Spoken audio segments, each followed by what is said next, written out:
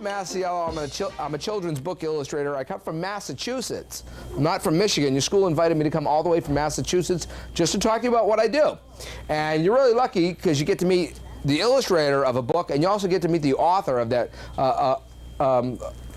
illustrator's book called The Flag We Love. You'll be meeting her tomorrow. And I'm still wondering where those kids are. I visit schools all over the country, and no matter where I go across the country, people have trouble with my last name. Last year I was in Texas, and a kid raised his hand. He said, "I know what your name is." I said, "Okay, what's my name?" He said, "Your name is Ralph Messy Jello." Yeah, the kid called me Jello. I'm a little wiggly, but I'm not Jello. I was at another school, a kid called me Mr. Meatball. I've been called Mr. Macaroni, Mr. Macaroni and Cheese, Mr. Kraft Macaroni and Cheese. Some kid called me Mr. Mozzarella. Been called Mr. Mashed Potatoes. Some little girl called me Mr. Marshmallow. And I asked her if she thought my wife's name was Peanut Butter. Peanut Butter and Marshmallow, that'd be cool. Some kid even called me Mr. Macarena. I don't do the Macarena. I'd probably hurt myself. So the name is Massiello, not Messy Jello, even though it rhymes. How many of you kids like to draw? Raise your hand if you like to draw. Great, okay, put your hands down. When I was just a little kid growing up in Massachusetts, I used to like to draw all the time, but I never thought I was very good at it. I thought I was terrible at drawing. I thought I stunk. Not like that. Well, maybe I did. It was a long time ago. I don't remember. But I didn't think I could draw very well. I got to kindergarten. My kindergarten teacher said to me, "Ralph, someday when you grow up, you're going to be a great artist." And I used to think, yeah, right. I'm 5 years old. I'm a little kid. How can you tell what I'm going to be when I'm older? I don't want to be an artist. I don't want to be an illustrator. I didn't know what an illustrator was when I was your age. They never ever taught us about illustrators at my school. We never had an illustrator visit our school. We never had an author visit our school. I never knew anything about making books when I was a kid. And I didn't have an art class. I didn't have an art teacher growing up. So I never got taught anything about painting and drawing or artists throughout history or materials that you might use to do artwork. So I never wanted to be an artist. I never wanted to be an illustrator. I wanted to be a brain surgeon. Yeah, I thought that'd be great, you know. You cut open the top of somebody's head. You open it up, you look at their brain, you mess around with it, you poke at it and stuff. Cool. But all my classroom teachers kept telling me I was going to be an artist, and I kept thinking, no way, brain surgeon. I got to high school. Uh-oh, here they come. Where have you kids been? I've been waiting all day for you. I missed you guys. You're late. You're late. Would you guys go out shopping? What'd you buy me? Did you buy me anything good? Just for being late, you're all staying after school today. And you're gonna have to write 8 million times, "I will not be late for Ralph Massiello's assembly anymore. I will not be late for Ralph Massiello's assembly anymore. I will not be late for..." Yes? What if they don't know how to spell your name? Well, then you're in big trouble. You have to stay after 2 days. Where was I before they came in? Oh yeah, I got to high school, and I didn't have an art class. I didn't have an art teacher in high school. Didn't care because I figured I was going to be a brain surgeon. Why would I need to do artwork? But what happened was, when I was 16 years old, I changed my mind about brain surgery because when I was 16, I took some classes and I learned how to do something really great. I learned how to draw. Scuba dive. Now, you guys thought I was going to say draw. No, I learned how to scuba dive. I thought that was great. You know, you're underwater breathing air from an air tank. You can see all the fish, all the cool stuff underwater. I really enjoyed doing that. So I decided not to be a brain surgeon. I decided to be a scientist who studies ocean life, a marine biologist. I went to college in Florida, at the University of Tampa, Florida. I'd go scuba diving out in the ocean 3 or 4 times a week. We'd estimate reef populations. We'd study the effects of pollution on ocean life. It was all really interesting, really cool, but my favorite thing to do was in class. We did these science experiments called dissections. Yeah, that's when you cut open something like a dead frog, you take out all its guts, you look at them, you study them, you learn about them. It doesn't have to be a frog, though. It could be a flower. You could cut open a flower or a seed or a nut. You could dissect just about anything. You could dissect my shoe if you wanted to. I don't think you better, though. You might pass out. Well, we used to have these dead sharks about this big. They were preserved in a liquid called formaldehyde. It keeps them from deteriorating, from rotting away. You cut the thing open, you take out all the internal parts, you put them on your desk, and you'd study them, and you'd write notes in your notebook describing what you were seeing. I always found it easier for me to remember what I had seen if in my notebook, instead of writing notes down, guess what I did? I drew pictures of those things. Now, I didn't think I could draw very well, but I didn't think anybody was going to actually see my drawings in my notebook except for me. And my notebook was about this thick. It was filled with drawings of all the plants and animals that I had seen, studied, and dissected. Somebody saw the notebook, told the art teachers at the college. The art teachers came by and they said, let's take a look at those drawings. I was really embarrassed because I didn't think I could draw.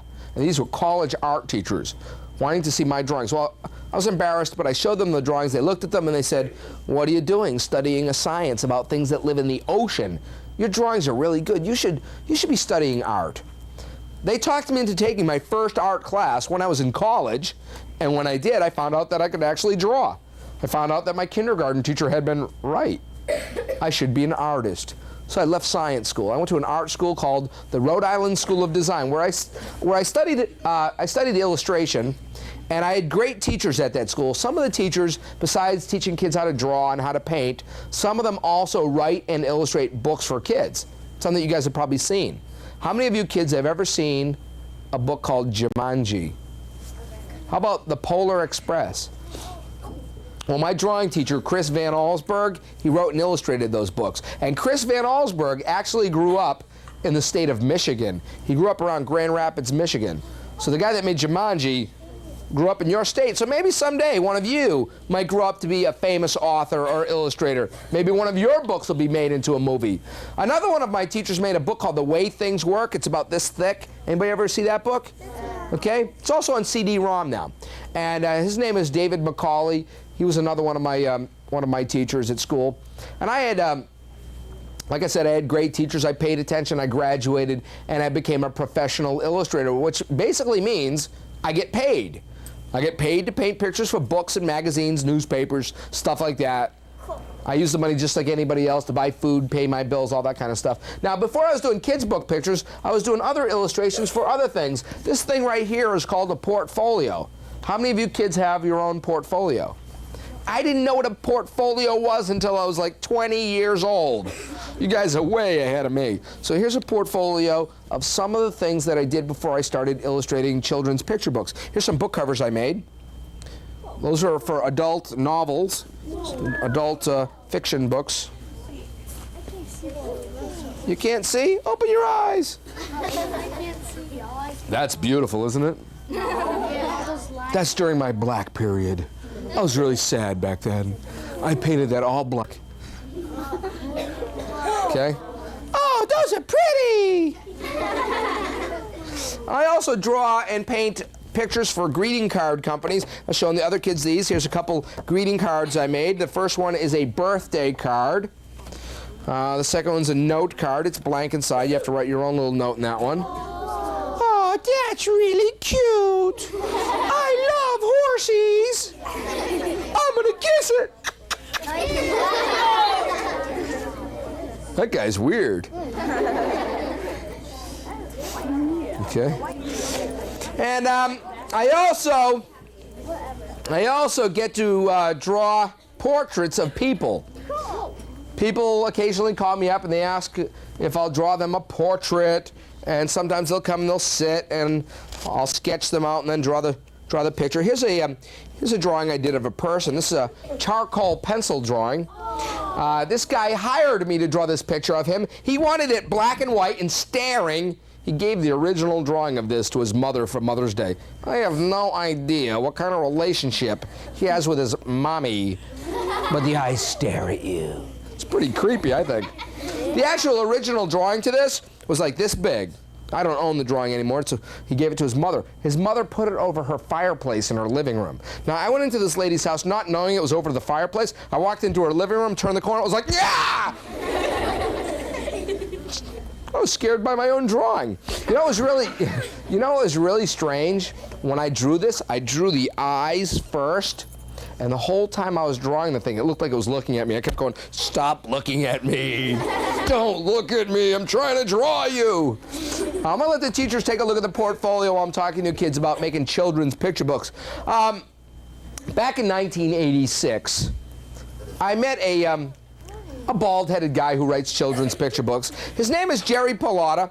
He's a great author. He's a great friend of mine now. I met him in 1986. He called me on the phone. He said, Ralph, I've seen your pictures and I want to hire you to illustrate a children's picture book. I thought, great, I'd love to do one. He said, okay, meet me tomorrow morning at 5 a.m. Yeah, that's what I was thinking, 5 a.m. He said, yeah, at the International House of Pancakes. And I thought, this guy wants me to meet him at IHOP, the pancake house? He said, yeah, I'm paying for breakfast. I figured, hey, free breakfast. So I met the guy. And he asked me to illustrate this book, the Icky Bug Alphabet Book. This was the first children's picture book I ever illustrated. I made the front cover, the back cover, made all the illustrations inside. Before I made the illustrations, Jerry, the author, he gave me a list from A to Z of all the different bugs that were going to be in the book. By the way, this particular author does not write the words before the illustrations. What he does, since he does alphabet books, he comes up with an idea for a book. He gives the illustrator a list of all the things that are going to be in the book from A to Z. The illustrator goes out and researches that thing and then paints the pictures. And when all the illustrations are done, the author writes words to go along with the pictures. Now, Pam Ryan, who did the flag book, she wrote her words to the flag book first. I read those words and I painted pictures to go along with her words. This guy does it a little backwards. The illustrations are done first, then he writes words to go along with the illustrations. So, anyway, he gives me this list from A to Z. I have never heard of some of these bugs. I never heard of a red admiral butterfly. I never heard of a cotton stainer. Never heard of an I.O. moth. How do you draw a picture of an I.O. moth if you don't even know what it is? What do you do? Look it up. You look it up. You don't make it up. You look it up. Some kid in 6th grade at another school said to me, to draw a picture of an I.O. moth and you don't know what it is, you close your eyes. Immediately I knew that was a bad idea. He said you close your eyes and you imagine what it looks like. And then you draw wings with eyeballs and O's all over the wings. He said, that's an I.O. moth. I said, that's pretty funny, but that's no real I.O. moth. You just made the thing up. He goes, nope, it's a real one. I said, you just told me you closed your eyes and you imagined it. He said, I know, but if I close my eyes and I really concentrate, I can imagine exactly what the real thing looks like and I can draw it. And I said, can you do that for like anything? He said, yes, I can. I thought, boy, I wish I could do that because I have to do research. The first place I ever go when I'm working on a book is to the library. And I read. I don't just look at the pictures. I read about these things. I find out as much as I can about the subject before I illustrate it. If I can't find enough information in a book, I'll use a computer program. Maybe I'll go on the internet. Maybe I'll go to a science museum and talk to a scientist. Later on when I get to the frog alphabet book, I'll tell you a really bizarre scientist story. And it's a true story, so remind me when I get to the frog book. One thing I don't do, I never open up somebody else's book and trace their picture out of their book and put that picture in my book, because tracing is copying, and copying in my job is against the law.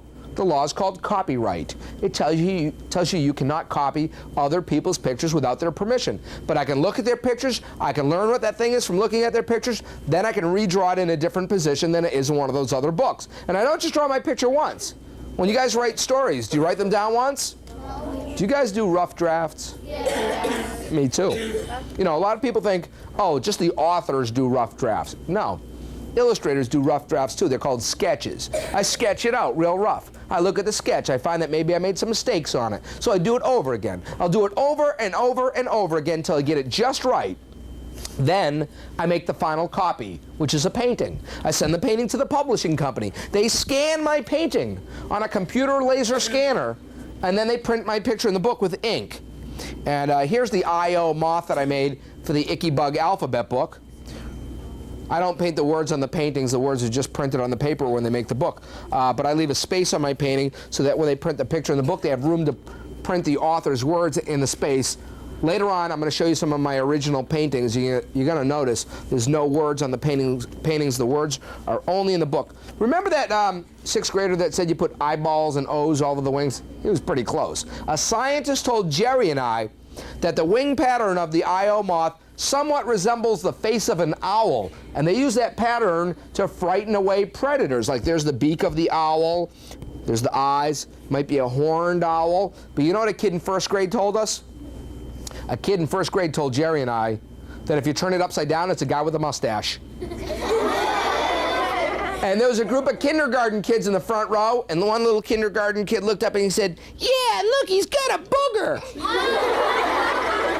That is a typical kindergarten response, okay? Now, how many rough drafts do you guys do?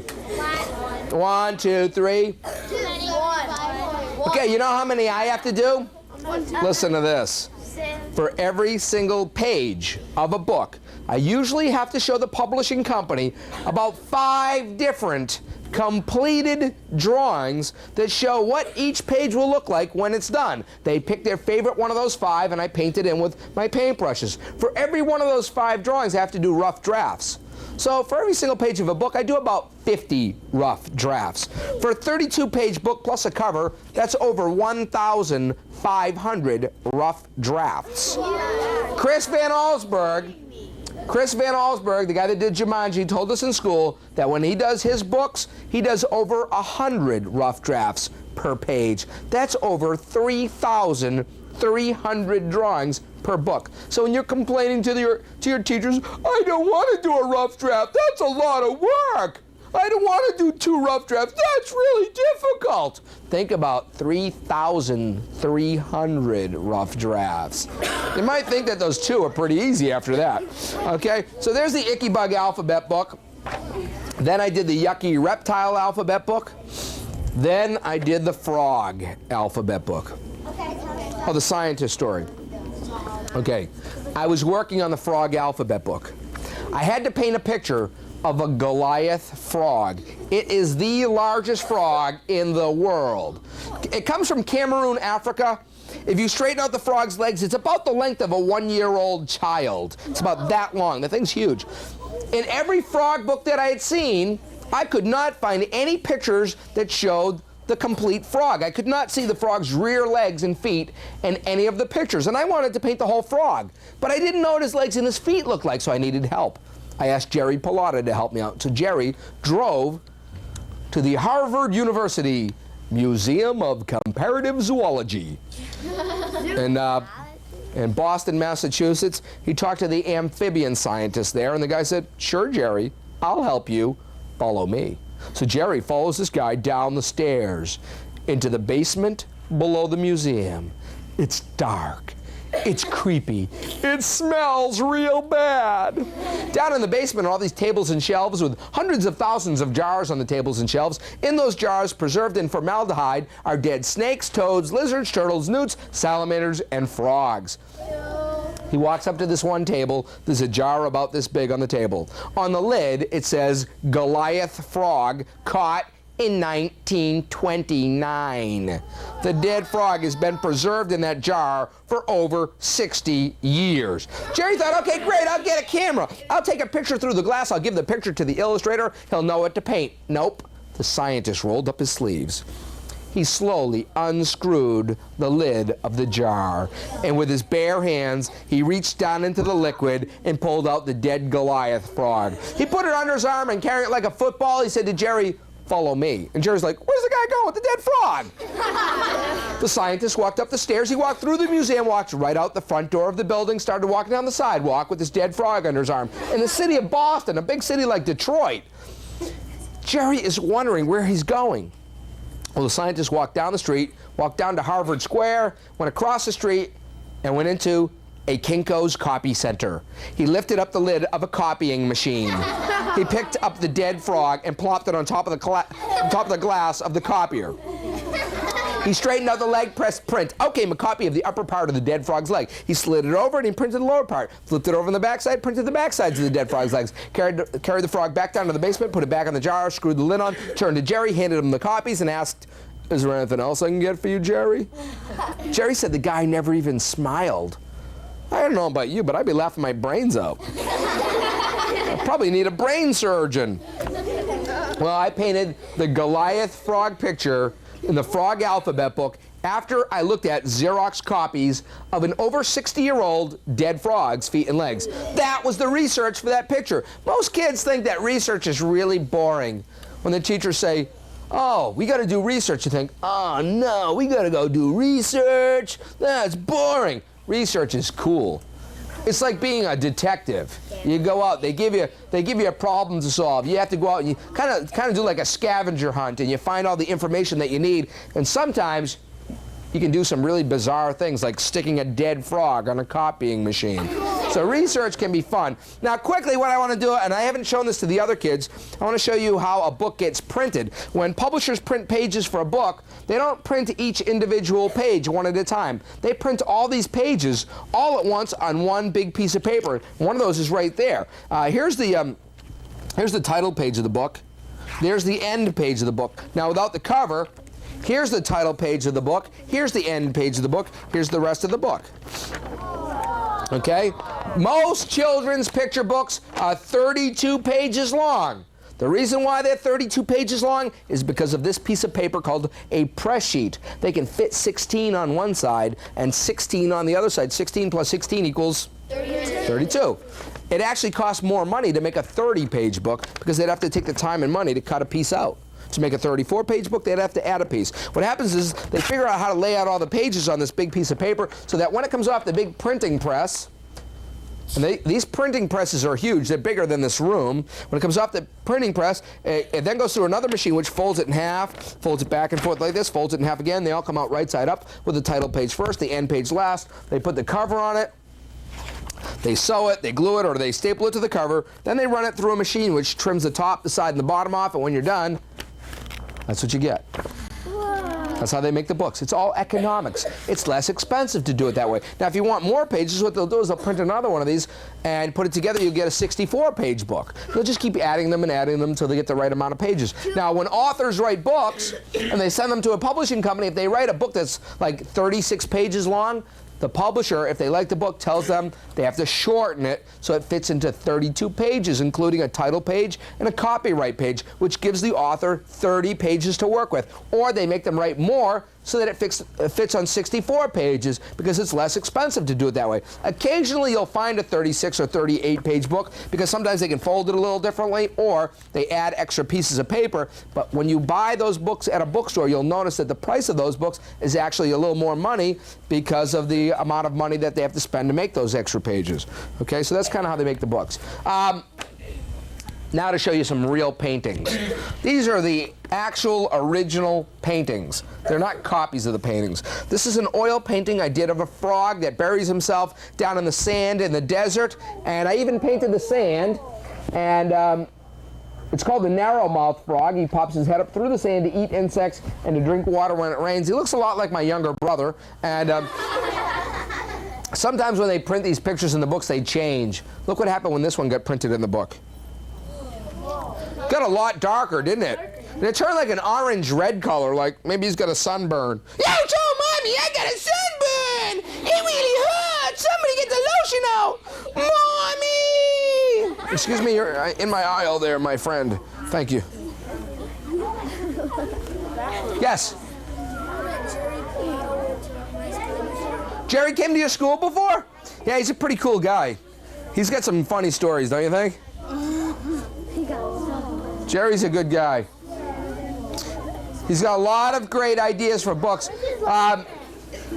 Jerry and I are working on a new book right now, which I'll talk about later. And after we're done with that book, the next book, after this one I'm going to show you later on, that Jerry and I do, is going to be called the Alien Alphabet Book. I am creating a whole alphabet out of symbols that I've just created. And at the end of the book is a code-breaking thing.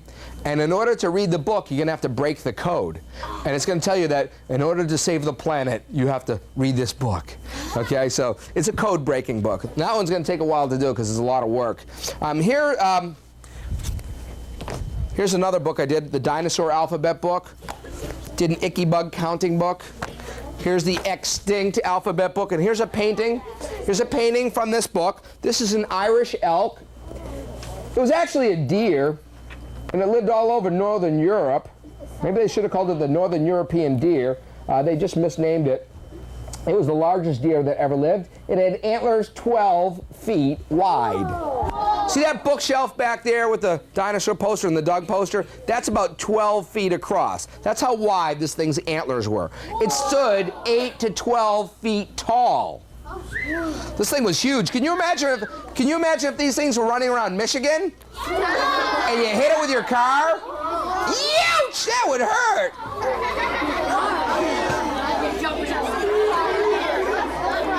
I was telling the 5th graders that a kid in Oklahoma said to me, "Wow, you could make a lot of Irish elk jerky out of that thing." I said it would be extinct jerky.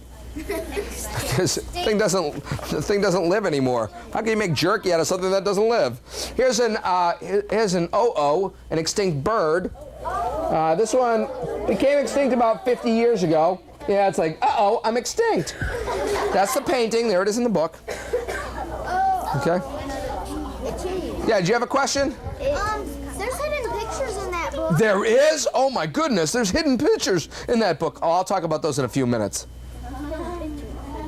Yeah, I hid some pictures in the book. Yes? Two. It takes anywhere from a few months to a year or more to illustrate a book. Yes? The question in the back. Yes, go ahead. I have one. What's the question? Can you make pictures of Pooh and Friends? Of who? Pooh and Friends? It's actually against the law for me to do that. Because the Pooh characters are owned by Disney, and I'm a professional illustrator, and if I drew Pooh or Pooh's friends, and Disney found out about it, because I'm a professional and I don't work for Disney, I could be sued. Yeah, so it's against the law for me to actually do that. Okay, because that's copying somebody else's work.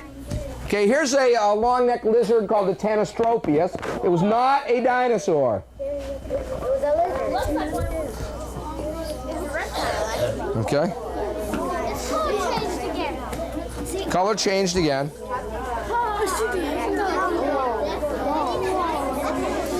Okay. And the next one I'm going to show you is a Dimetrodon, or Dimetrodon, or Dimetrodon. A lot of people pronounce it differently. It sure does. And here's the Dimetrodon. Now, I painted him facing that way. In the book, they wanted him going the other way, so what they did was they took a photograph of my painting, they flipped it around, and they printed it backwards. Look at that. Kind of looks like they're looking at each other. Hi, how you doing? Pretty good. Come over here, give me a kiss. No way. I saw your teeth. They're huge. Little puppet show. By the way, I like Pooh too. The wonderful thing about Tiggers.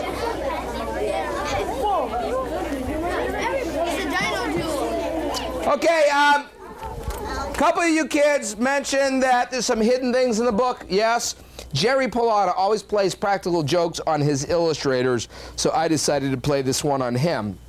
On the letter B page, the leaves of the trees spell the words Find Jerry. F-I-N-D, find J-E-R-R-Y. Find Jerry. Now, Jerry had no idea that I was doing this. He was totally clueless about it, but Jerry's wife was in on the joke. And Jerry's wife was really nice, and she decided to send me a black and white photograph of him. And I looked at the black and white photograph of Jerry. I looked at his head and I thought, gee, it looks like a rock. So I painted a picture of an extinct Tasmanian wolf standing on a rock. The rock's Jerry's head. There's Jerry's head. And some of you guys have already seen that. There's Jerry. Yes. Oh, he knows all about it. In fact, on his 40th birthday, I gave him the painting as a birthday gift, and he had it framed and hung on the wall of his house. So there's Jerry. Hey, you know what? Elvis is extinct. He's filled with. And people spot that guy everywhere, so why shouldn't he be spotted in an extinct book? It says right here, U. U is for uh-oh. Ralph the illustrator was busy painting when he tripped and spilled red paint all over this page. Crash, splash, now this painting is extinct. The paint wiped out this illustration forever. If you turn the spilled paint page upside down, it's Elvis. Thank you very much, thank you very much. He's just a hunk of burning love. It's Elvis. I wish I could do the lip thing. You know, I wasn't sure how this was going to go over at schools, so before I had this put in the book, I was testing the picture out at schools that I was visiting before the book was printed. And I went down to a school in South Carolina, and I had the actual painting with me, and I didn't tell the kids what it was. And I was talking to kindergarten and preschool, because I wanted to see if kindergarten kids would know Elvis. I figured the preschool kids wouldn't. Well, I held the painting up, I turned it upside down, I didn't say a word, and I was waiting to see what was going to happen. Then all of a sudden, I see this little preschool kid in the front row. His eyes get really big. He got a big grin on his face. He looked up and he said, "It's the king!" Like, cool. Preschool kid knew Elvis. Okay. All right, here's my favorite book I have ever illustrated. It's called The Flag We Love. I want to be serious now. This book means a lot to me. It's written by Pam Munoz Ryan, the lady that's coming to talk to you tomorrow. She's a really nice lady. You'll have a great time listening to her stories. I'm really proud of this book. I'm proud of this book for a couple reasons. First of all, I'm proud of the author's words. I think she did a fantastic job writing this book. I think every kid in every school in the United States should read this book and learn a little bit about being proud of the American flag. I'm also proud of my pictures, but mostly I am proud of this book because of my dad. My dad fought in World War II. He was a World War II veteran. While I was illustrating this book, my dad would come by and he'd watch me paint the pictures. During the time I was working on this book and I was doing the illustrations, my dad died. In military funerals, they drape an American flag over the casket. They fold the flag up. It's folded into a triangle shape. They gave the folded flag to my mother, and my mother was really nice and she let me borrow my dad's flag. And I used my dad's flag as the model for a lot of the illustrations in this book. Even though my dad was not in Vietnam, on the page it talks about people leaving flags at monuments such as the Vietnam Veterans Memorial right there. That right there is my dad's casket flag. The flower that's over the flag actually came from my dad's funeral. And on the copyright page, I dedicated the book in loving memory of my dad, a true artist and a great American.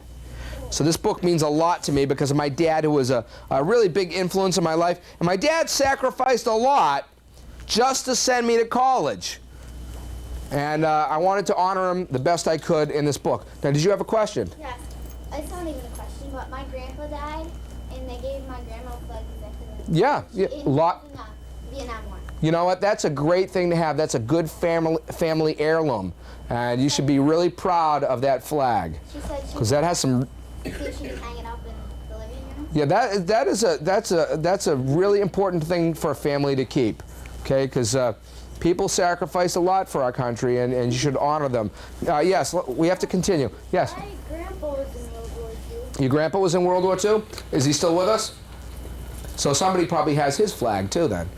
Yes, now you had your hand up, and then I'm going to continue. I related to some people from Vietnam and World War II. So your family's been in the military. Maybe you could share that story with them, okay? That's why I share it with you, because I know a lot of you have that kind of connection with the flag. Okay, a lot of people ask me about the illustrations in this book, who the people are in the book. Well, let me tell you who a few of these people are. Right there, that's my brother. He's my brother, and my sister-in-law, that's his wife. Their daughter is right here on this page. Where is it? That's my daughter, my wife, my brother's daughter. Okay, this is my brother's daughter. And I noticed that when I went by this page, a lot of the kids went, "Look, it's the Titanic! Oh my gosh, he put the Titanic in the book!" Why would I put the Titanic in the Flag We Love book? The Titanic never made it to the United States. That's not the Titanic. That's the Queen Mary. It was 8 inches shorter than the Titanic. And the reason I put this British ship, the Queen Mary, in the book is because of 3 things. First of all, it was a cruise ship. Second of all, it was a ship that brought immigrants to the United States. And third, it was a troop transport ship during World War II. They painted it battleship gray, and they brought troops back and forth safely to and from war. So that ship is really important. You know what? I was at a school one time, and a 6th grade girl said to me, "Is Leonardo DiCaprio on the boat?" I was like, "No, that was a movie. First of all, and that's not the Titanic." Okay, here's the painting from the Flag We Love book that kids usually like the best. I don't know why they like this one the best, but here it is. Here's the 4th of July fireworks painting.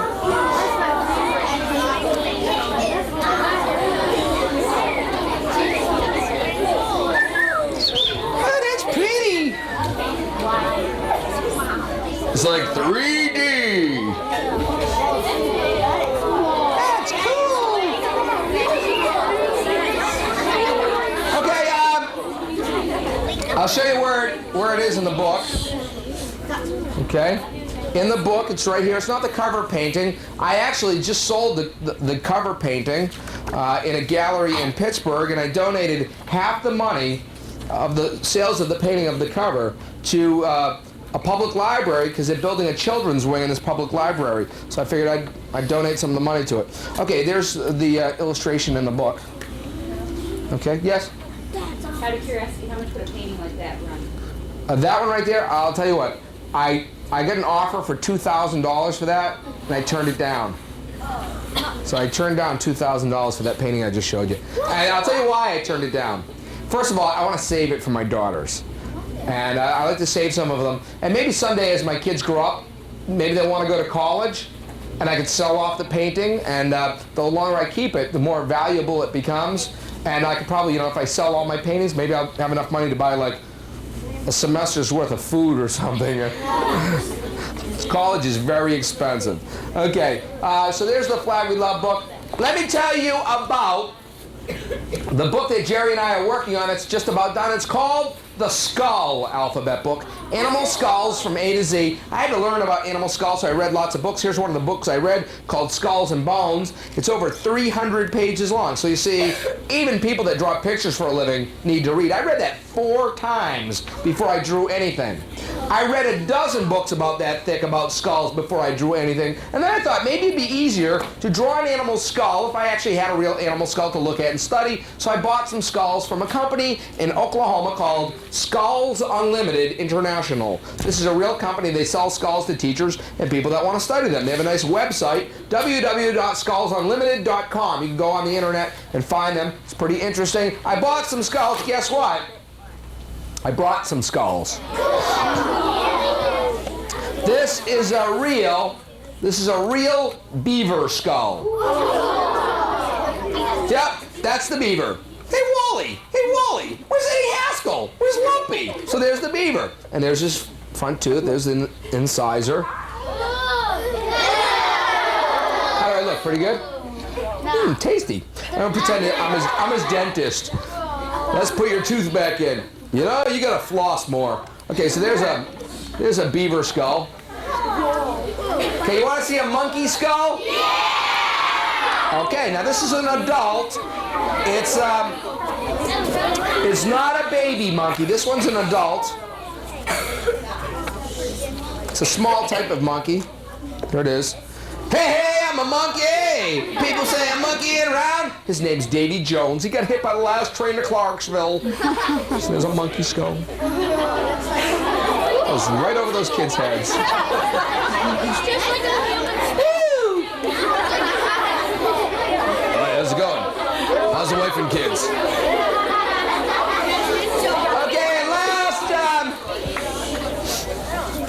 Last one is a model of a skull. It's against the law to actually have a real skull of this animal because it's an endangered species. So this is a model molded from a real skull of an animal that lives in China. That's right. It eats bamboo. People think it's a bear. It's not. It's related to raccoons. And here's a model molded from a real giant panda skull. Hi! I'm a giant panda! I used to eat bamboo, but I'm dead! There's the jawbone. That's called the mandible. There's the maxilla. Hi, how you doing? Nice to see you. Hey, you know what? I could be like a superhero. Panda Man! Yeah! Did I tell you guys that I worked with lead paint? Okay, so there's a panda skull. Okay. That probably explains a lot. Okay, here's the painting. The last painting to complete for the skull alphabet book. It's not done yet. This is the dog skull painting. So you get to see it before it's actually done. You get to see it before the book is made. I haven't finished the dog bowl. I haven't finished the food. I haven't painted all his teeth in yet. I haven't put the tag on the dog collar. And in this book, I'm hiding things. Throughout the book, I am hiding portraits of all the United States presidents. On this particular painting, when I'm done, I will finish by painting a fancy wallpaper pattern with George Washington, Thomas Jefferson, and Abraham Lincoln. That's what 3 of the presidents are going to be. When the book comes out later on this year, I will be sending a copy of this book to all the schools that I have visited while I've been working on the book. The first school to find and identify all the hidden presidents will win an original one of my oil paintings for their school library. Okay? Second prize, rough drafts. Third prize, rough drafts. Fourth prize, hardcover books. Fifth prize, paperback books. But every school that participates will receive a certificate of participation suitable for framing or throwing in the trash. Good luck. I hope you can find all the hidden presidents. It won't be easy. Time to draw.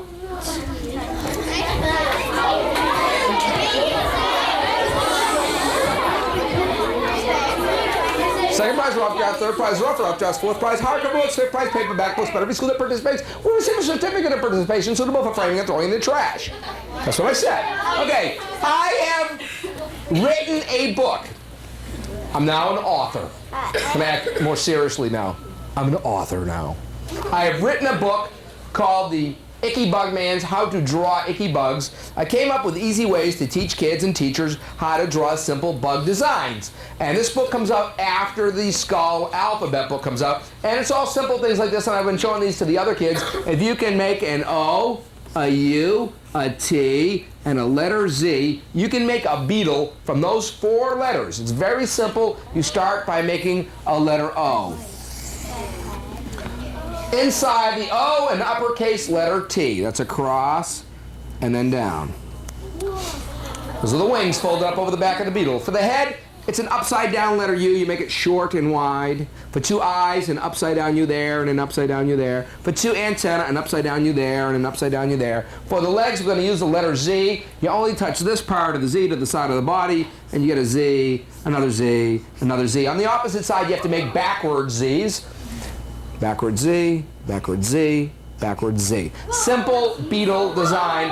Anybody can do that. When you're done, you can decorate it. You can design something for the back of your bug. I've seen all kinds of different bugs. I've seen button bugs, number bugs, puzzle bugs, cookie bugs. Did somebody take the blue marker? There it is. I always turn mine into an American bug. I put some stars on it.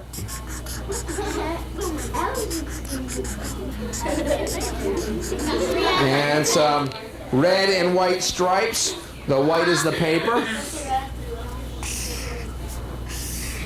And there's my American bug. When I'm done, I sign my name. Ralph. Mashed potatoes. 1998 copyright symbol. See with a circle around it? That means copyright. That means nobody can copy that without my permission. By law, you can't even draw that without my permission. I give you permission. You can draw, you can copy, you can do anything you want with it as long as you don't make a book out of it. I don't care what you do with it. I'm leaving these drawings for the school. So I'm going to just put this back here so the teachers can share them. If you want to make some more detail on your bug, this is what I showed the other kids. The 4th graders, I showed this. If you want to make it a little more detailed, there's your O, there's your T, there's your upside down U, your upside down U's for the eyes. Now, instead of just regular Z's, you make the Z's a little more detailed. You make a tube shape, then you make another one going in, and then little segments going out like this. Okay? And then another one. So it still looks like a Z. And then maybe another one down here, but maybe you can bend them a little bit, move them in different positions. You can move that Z around a little bit. Okay, maybe this one goes this way. Hey, thanks, do it for a living. And, okay. And you can move the legs around in different positions like that. Maybe you can do the antenna the same way, upside down letter U. Okay, segments connected together. Okay, so there you have a little beetle design based on the OUTZ bug that I did before. And I'll sign it down here, Ralph. Messy Jello, 1998. Copyright symbol. I give you permission. You can copy that one also. And maybe you could have your bug on something. So this is what I showed the fourth graders. You could put your bug on something like this. S-C-I-O-U spells mushroom. Spells mushroom. S on its side. Don't talk about me like that. A backwards letter C. An upside down letter U like a hill. Looks like a nose. Yeah, a lot of people say it looks like a nose. A letter I leaning in. An upside down letter U like a little hill. I's going out like this. That's a mushroom. And then some O's.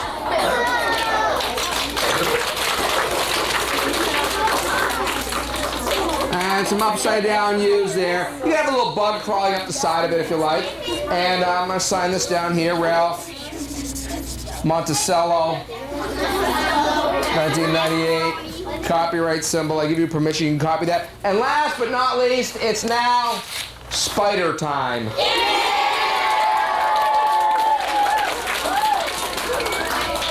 You guys are starting to scare me.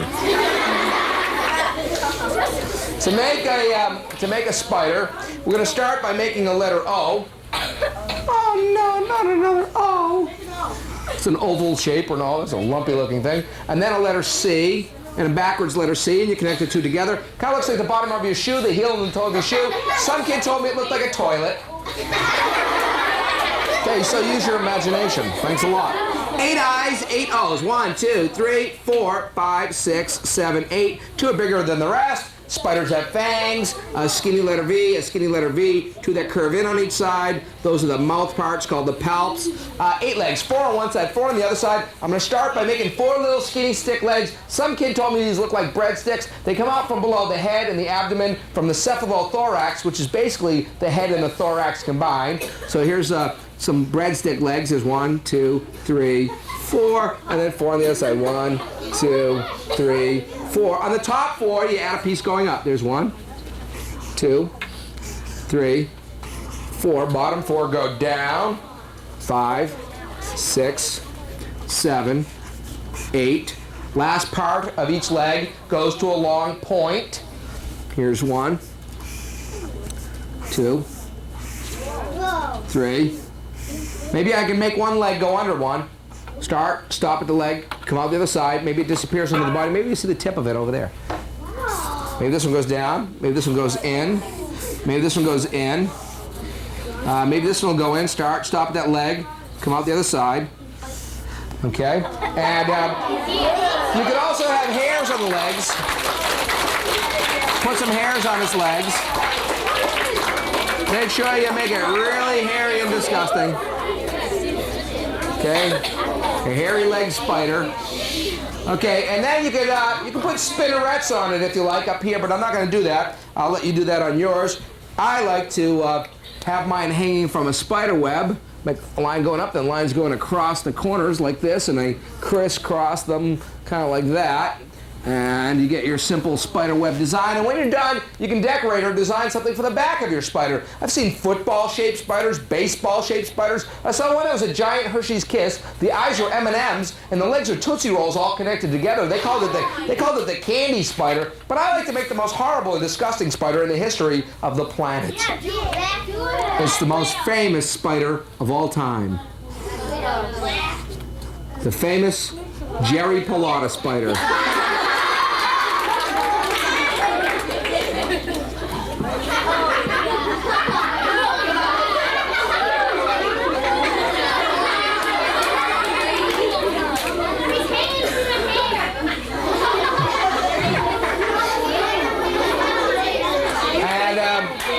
Put some hair on them.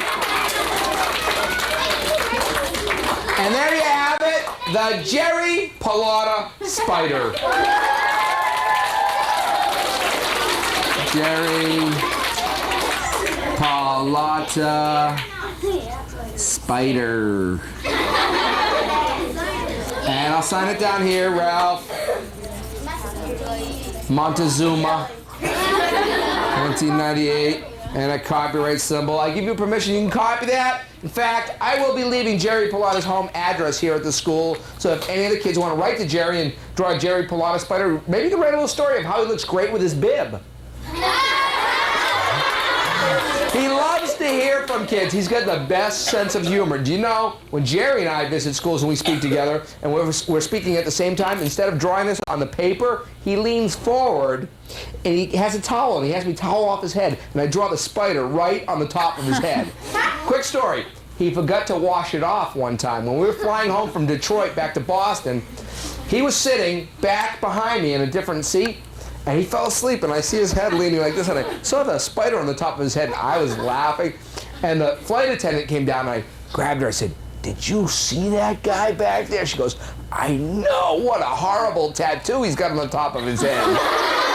I threw it. Well, we're out of time. I hope you had a good time. Did you guys have a good time? Yeah. Okay, a couple things before you go. Before you go, those of you that have books that need to be autographed, you can come up here after I'm done finishing up. I don't have time to sign everybody's little scraps of paper. Maybe later on we'll do something so that everybody gets something. Couple other things. After school today, I'm going to draw a Tyrannosaurus Rex for the school library. Maybe it was something, you know, really detailed, that has big teeth, you know, maybe, I don't know, eating the librarian or something. Eating Jerry, I don't know. But also, I want you all to remember the most important thing that I talked about today.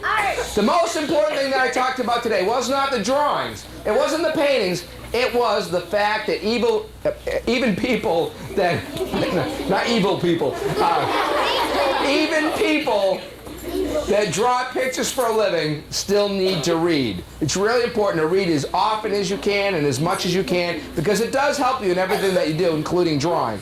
So thanks a lot, everybody. Have a great day. Goodbye. Amelia Bedelia. She's great. The Invasion of the Appleheads. Is Wishbone, Romeo and Juliet. My favorite book is The Secret Garden. My favorite book is also The Secret Garden. My favorite book is The Boxcar Children Mystery at Surprise Island. My favorite book is Star Wars The New Beginning. My favorite book is The Flag We Love by Pam Ryan, illustrated by Ralph Masuelo.